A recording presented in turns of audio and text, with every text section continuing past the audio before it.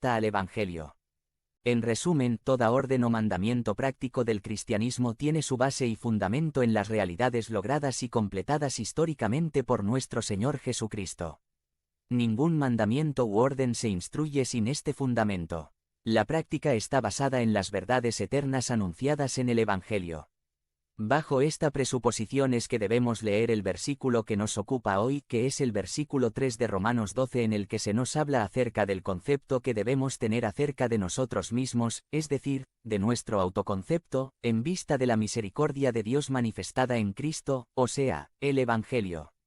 Romanos 12, 3 Por la gracia que se me ha dado, les digo a todos ustedes. Nadie tenga un concepto de sí más alto que el que debe tener, sino más bien piense de sí mismo con moderación, según la medida de fe que Dios le haya dado. El Señor nos conoce y sabe que nuestro autoconcepto se vuelve un revoltijo por el pecado y su influencia en la sociedad a nuestro alrededor. Tendemos a tener un concepto errado de nosotros mismos y es por la misericordia de Dios anunciada en el Evangelio que podemos ir forjando un autoconcepto renovado y santificado por la obra del Señor y para la gloria de Dios. Por las indicaciones del apóstol en este versículo podemos derivar dos tendencias de nosotros mismos al momento de forjar nuestro autoconcepto.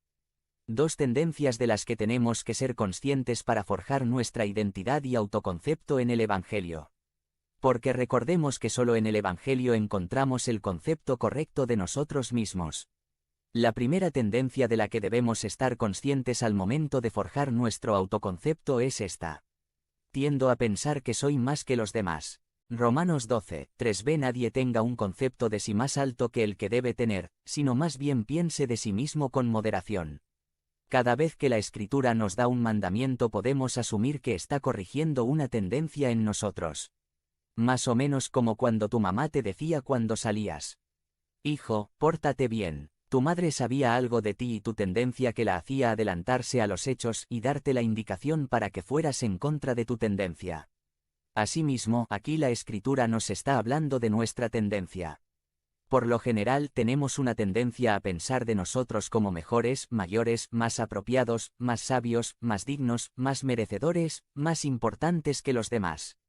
Se nos indica, entonces, que ahora en el Evangelio debemos ir en contra de esta tendencia de pensar que soy más que los demás. Es una realidad, hermanos, pensamos que somos más que los demás.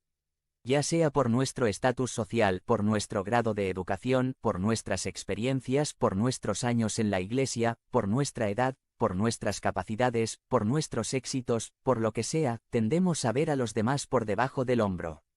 Un domingo terminó el culto y un hermano me dijo que había unas personas que querían hablar con el pastor, así que acudí y cuando me estaba acercando vi a personas con ropa muy sencilla y enseguida pensé: aquí vamos de nuevo. La famosa historia de Loran, que no tienen dinero para sacar a su familiar, que necesitan para la leche del bebé y tantas historias fraudulentas que hemos escuchado, y debo reconocer que no tenía la mejor de las actitudes al acercarme a hablar con ellos.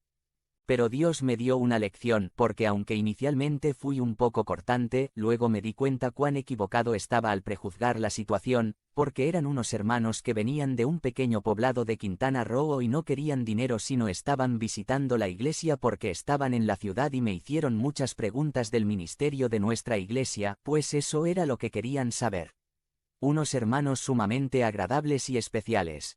Por un momento me creí superior o más importante que estos amados hermanos en Cristo. Cuán fácilmente caemos en esto. Pero aquí la